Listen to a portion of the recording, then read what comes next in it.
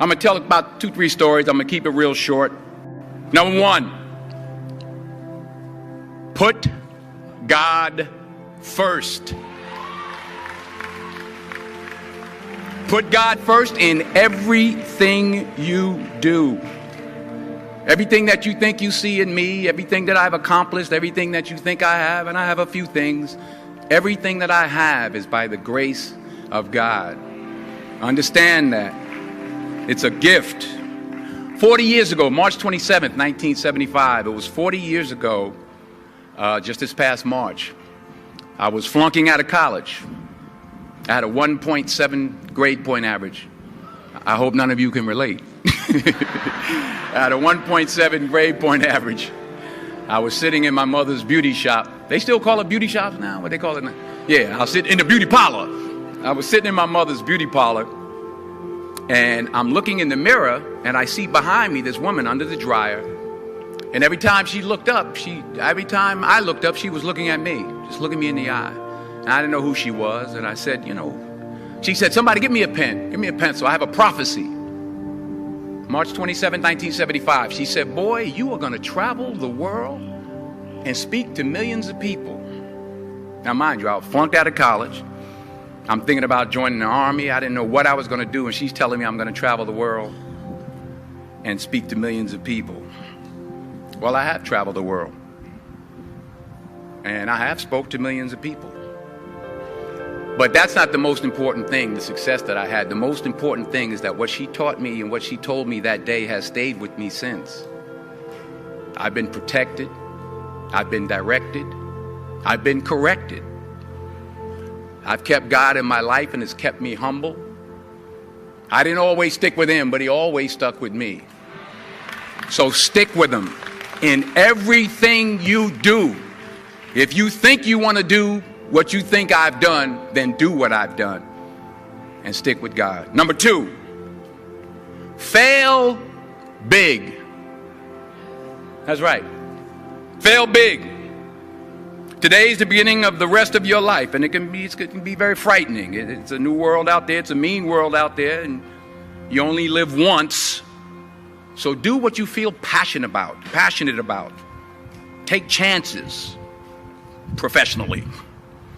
Don't be afraid to fail. There's an old IQ test, was 9 dots, and you had to draw 5 lines with a pencil within these 9 dots without lifting the pencil. The only way to do it was to go outside the box. So don't be afraid to go outside the box. Don't be afraid to think outside the box. Don't be afraid to fail big, to dream big. But remember, dreams without goals are just dreams, and they ultimately fuel disappointment. So have dreams, but have goals. Life goals, yearly goals, monthly goals, daily goals. I try to give myself a goal every day. Sometimes it's just to not curse somebody out.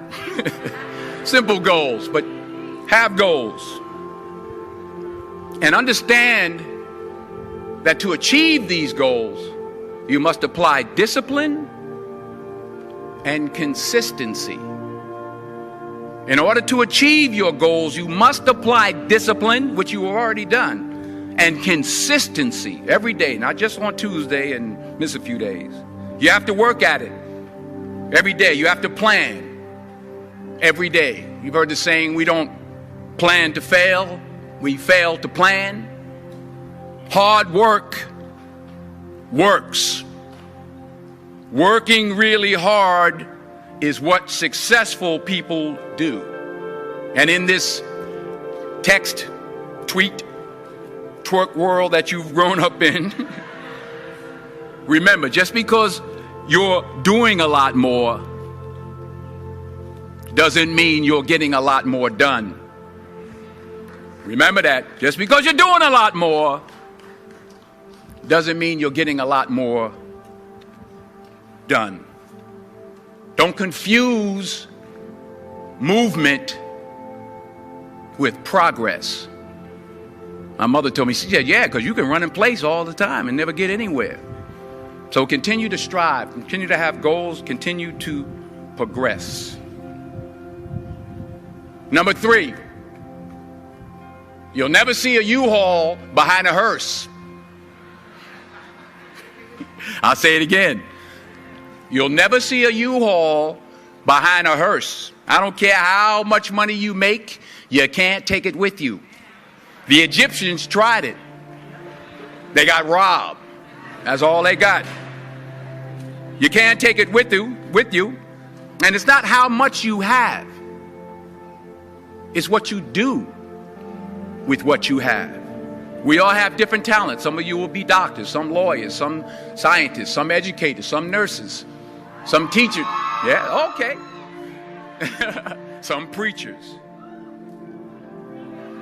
The most selfish thing you can do in this world is help someone else. Why is it selfish? Because the gratification, the goodness that comes to you, the good feeling that I get from helping others, nothing's better than that. Well, one or two things, but nothing's better than that. Not jewelry, not big house I have, not the cars, but it's the joy. That's where the joy is, in helping others. That's where the success is, in helping others. Finally, I pray that you put your slippers way under the bed tonight, so that when you wake up in the morning, you have to get on your knees to reach them. And while you're down there, say thank you for grace. Thank you for mercy. Thank you for understanding. Thank you for wisdom. Thank you for parents. Thank you for love. Thank you for kindness. Thank you for humility. Thank you for peace. Thank you for prosperity. Say thank you in advance for what's already yours. It's how I live my life. That's why I am, one of the reasons why I am today. Say thank you in advance for what is already yours. True desire in the heart for anything good is God's proof to you, sent beforehand to indicate that it's yours already. I'll say it again. True desire in the heart, that itch that you have, whatever it is you want to do, that thing that you want to do to help others and to grow and to make money, that desire, that itch, that's God's proof to you, sent beforehand already to indicate that it's yours. And anything you want good, you can have. So claim it. Work hard to get it. When you get it, reach back. Pull someone else up. Each one, teach one. Don't just aspire to make a living. Aspire to make a difference.